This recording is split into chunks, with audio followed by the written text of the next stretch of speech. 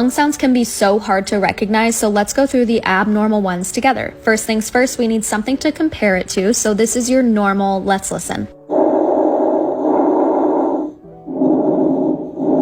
There are two types of crackles, fine and coarse. These are intermittent and brief sounds. Fine sounds like when you move your fingers through your hair, and coarse is like opening Velcro. This happens when inhaled air meets deflated alveoli or secretions. Let's listen.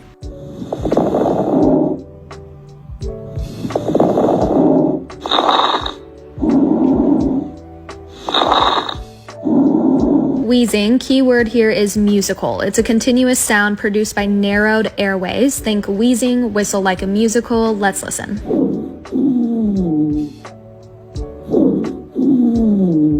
Now, stridor has a similar sound to wheezing and is continuous, but usually occurs due to a blockage of airflow in the trachea, like an obstruction. Let's listen.